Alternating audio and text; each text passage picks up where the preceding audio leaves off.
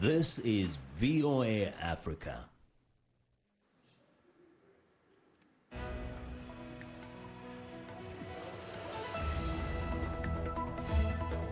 Good evening, I'm Esther Gidhu-Ewart. It's Monday, November 18th. This is Africa 54.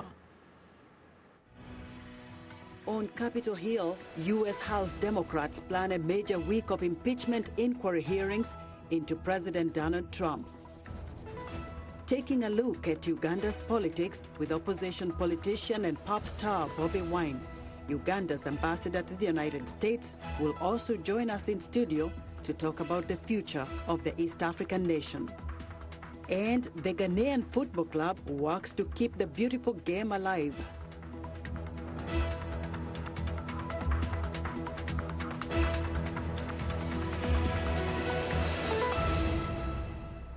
We begin our broadcast tonight in the United States, where Democrats in the House of Representatives are set for a second week of impeachment inquiry hearings into President Donald Trump.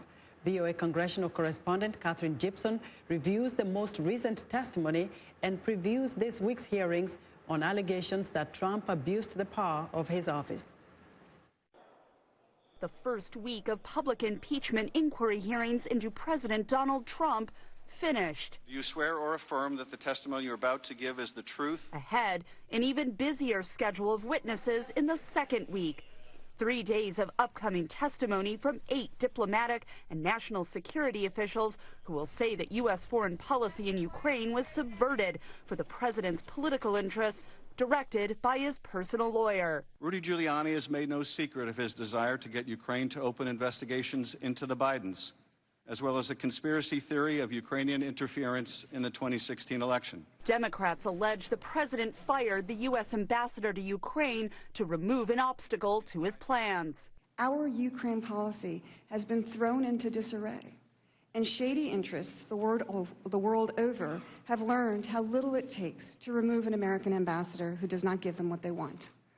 After these events, what foreign official, corrupt or not, could be blamed for wondering whether the U.S. ambassador represents the president's views? Trump tweeted about Yovanovitch as she testified, prompting a warning from Democrats about the addition of potential charges in any articles of impeachment. This is a part of a pattern to intimidate witnesses, and it's also part of a pattern to obstruct the investigation.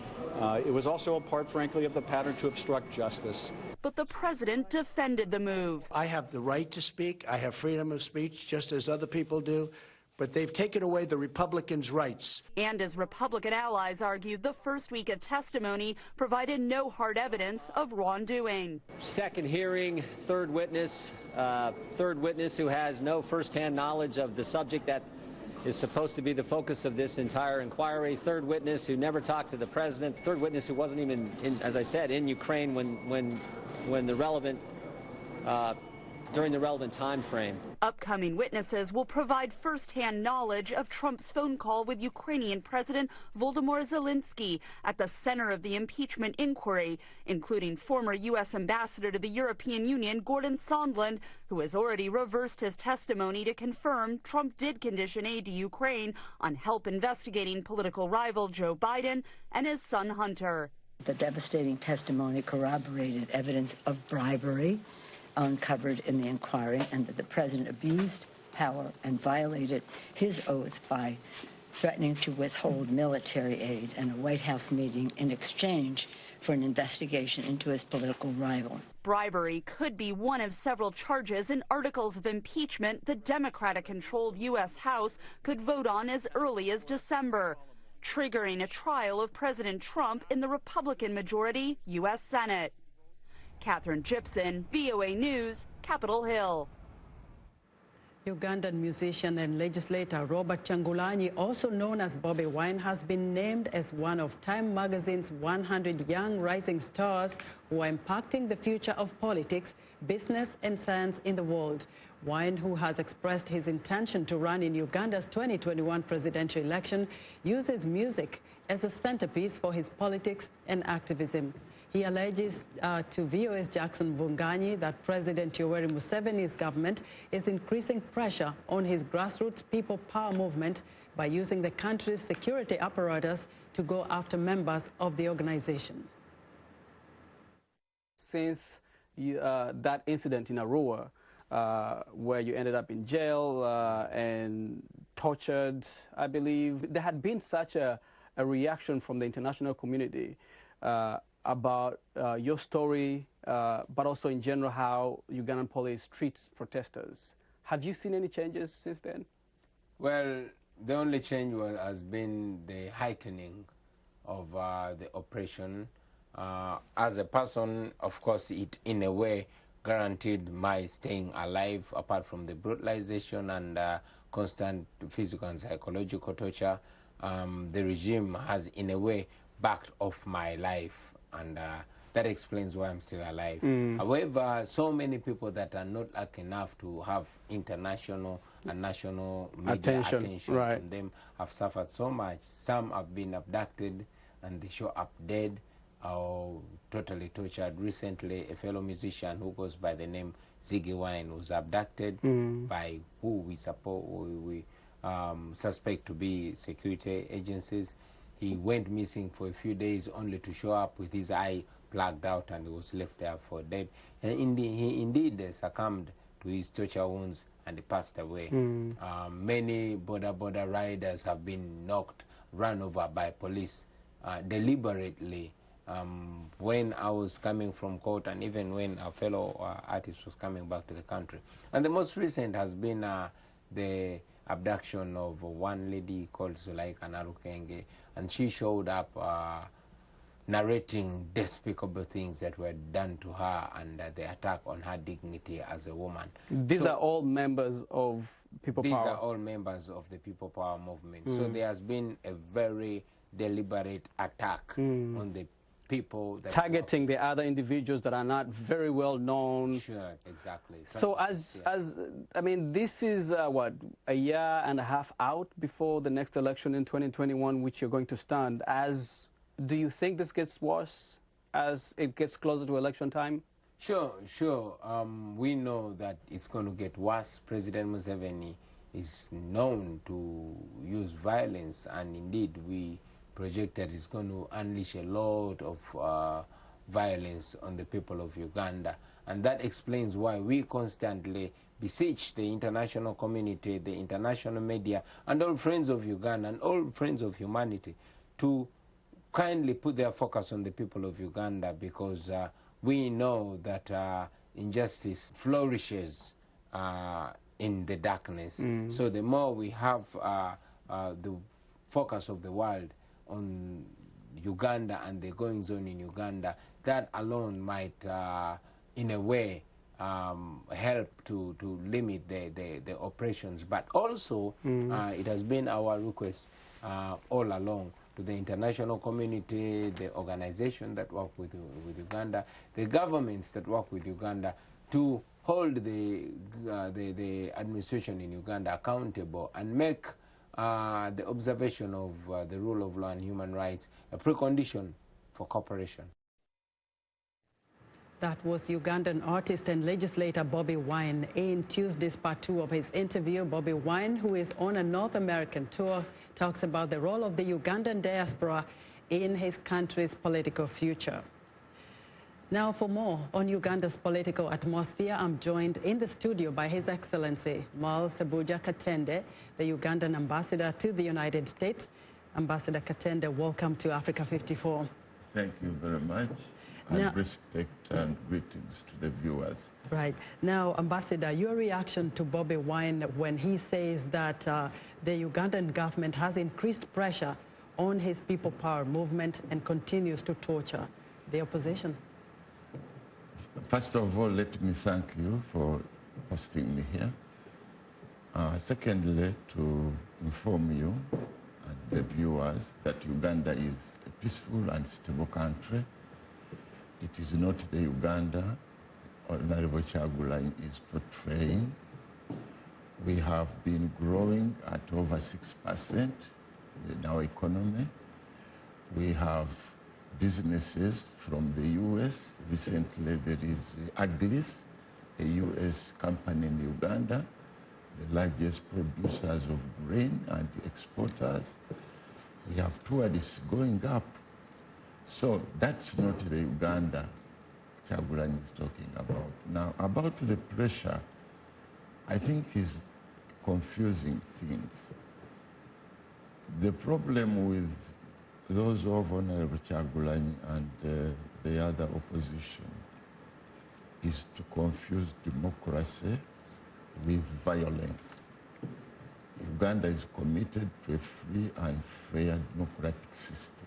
So when you say that, do you see that the opposition really has a political space to gather, to meet, their supporters? Because not long ago, the long-time opposition leader, Kizza Besigye, was also said he was attacked by police when he wanted to meet with his people for an anniversary of the formation of his political party, FDC.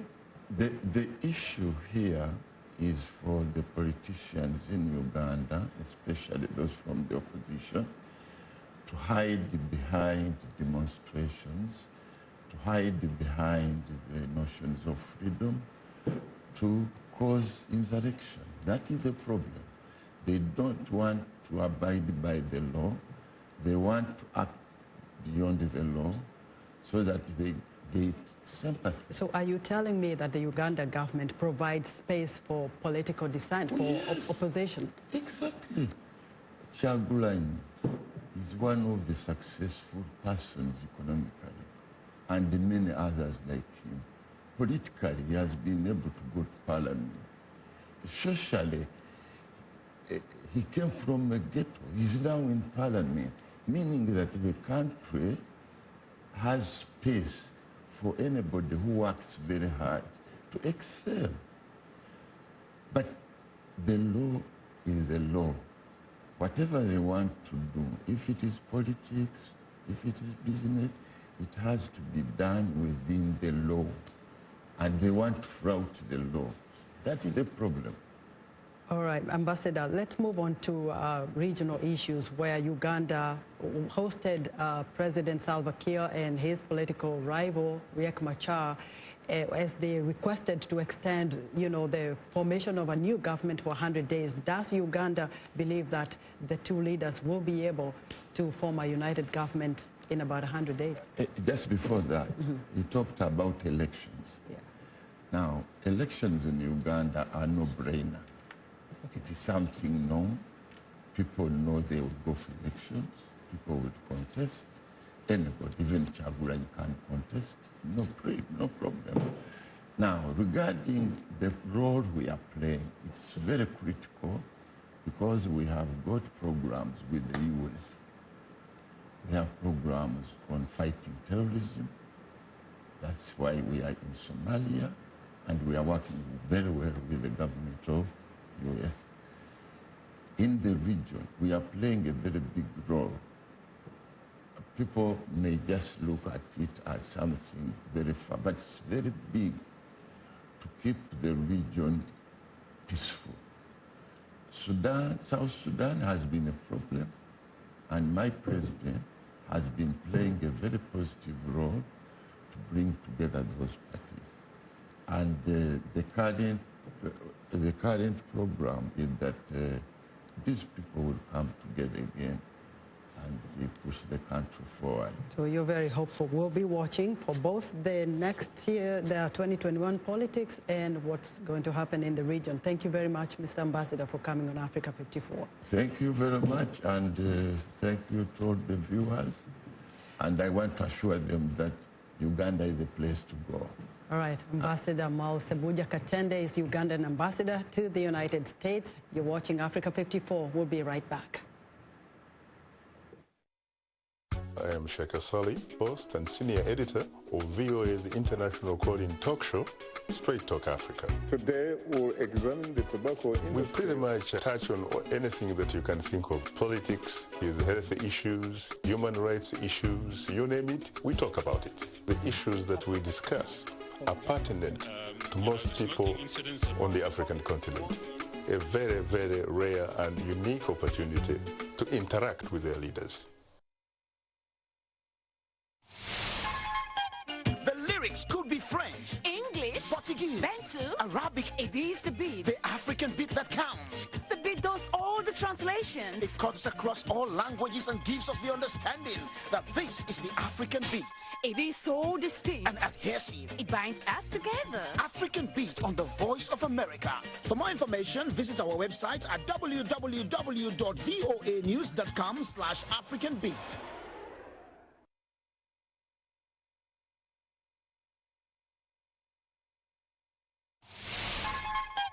The lyrics could be French, English, Portuguese, Bantu, Arabic. It is the beat. The African beat that counts. The beat does all the translations. It cuts across all languages and gives us the understanding that this is the African beat. It is so distinct and adhesive. It binds us together. African beat on the Voice of America. For more information, visit our website at www.voanews.com/AfricanBeat.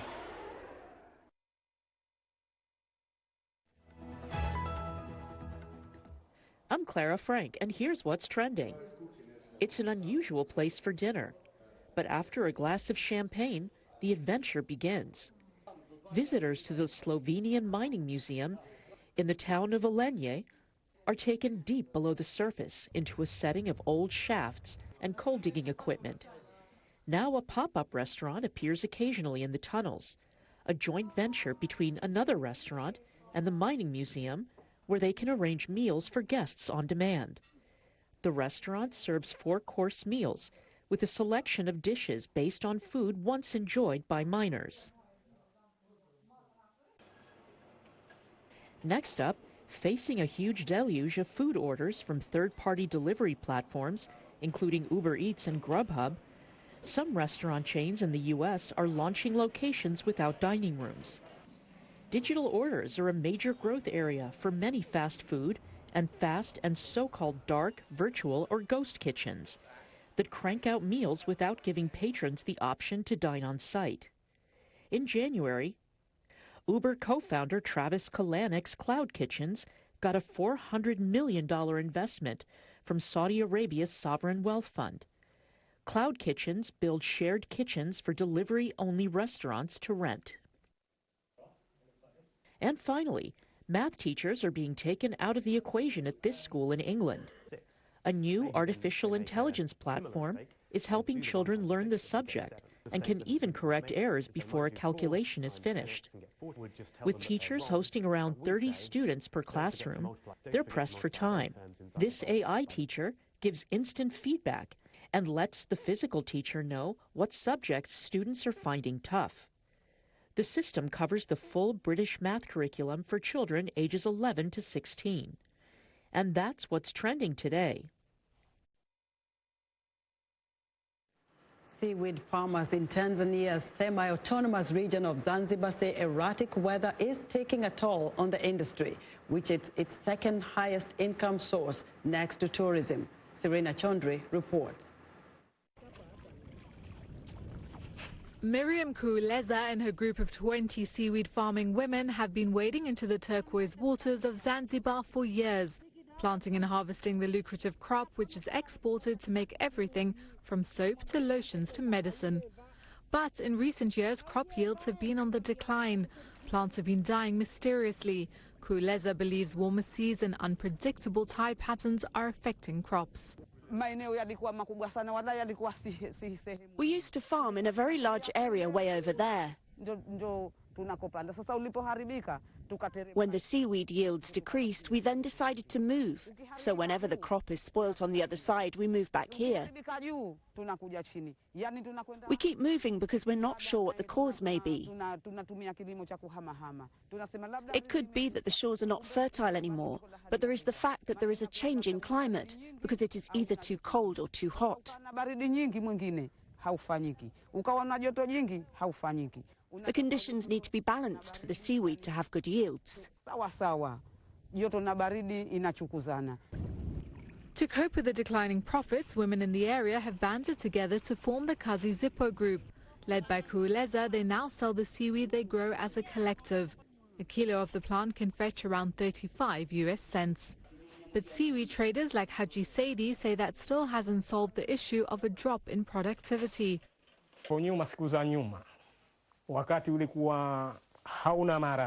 Before, when the seaweed was not affected by these diseases, we used to plant our seed after every fortnight and count another 4 weeks. Then came the harvest.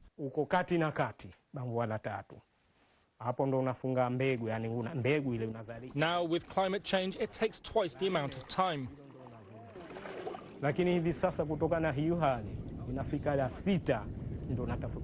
Meaning that the productivity has gone down drastically. It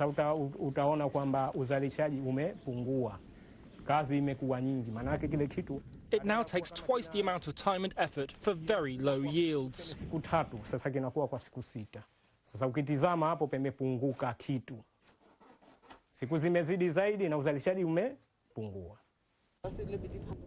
After tourism, seaweed farming is the second highest source of income in Tanzania, employing around 23,000 women across the archipelago.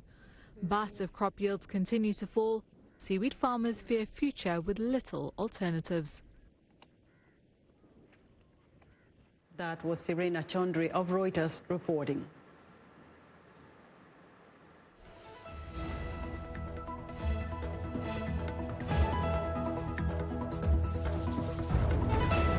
It's Monday sports time now, and joining us is A54 Sports reporter Sunday Shomari. Hello, Sunday. Hello, Esther, and thanks a lot. We're going to start right in Ghana, where football, as in most African countries, is the most loved sport. But the beautiful game has been tarnished by widespread corruption uncovered in 2018. The scandal led to league game suspensions and some football clubs closing their doors. But one club, stayed open, is not only promoting football, but is also working to keep young men off the streets. Stacey Notes reports from Accra. Ghanaian football has been stunned since the 2018 corruption scandal shook the sport and saw officials and league games suspended. The probe by the private investigation firm Tiger Eye uncovered widespread bribery in football in Ghana and other African nations. But while the Ghana Football Association struggled to clean up and some football clubs closed their doors, the Shooting Stars Football Club kept training, housing and supporting young players. From a very small way, we're trying to make sure that football is still being played. In the last 2 years, most clubs in Ghana have shut shop. Why? Because you can't keep on spending money on something that is not being supported. It's not running. So footballers are sitting at home. What are they doing if they're sitting at home? They're going to get into trouble. They're going to be on the streets. The scandal spurred many Ghanaian football players to quit playing to take other jobs or leave the country for other clubs. But with support from donations, the Shooting Stars were able to help footballers like 17-year-old Emmanuel Chibafor to keep training in Ghana. All the environment are just good for a footballer. So you don't need to go outside to try and figure out, like going to look for money. Like they have all the like food stuffs and all the facilities around there. So you don't need to go outside the country. Shooting Stars top coaches and trainers have helped the young men hold their own in exhibition games in Europe, even though many are from less privileged backgrounds with far fewer resources than their European counterparts. Some European clubs have even signed Shooting Stars footballers. Amanda Clinton represented the Ghana Football Association during the scandal. Football has been a really good leveller.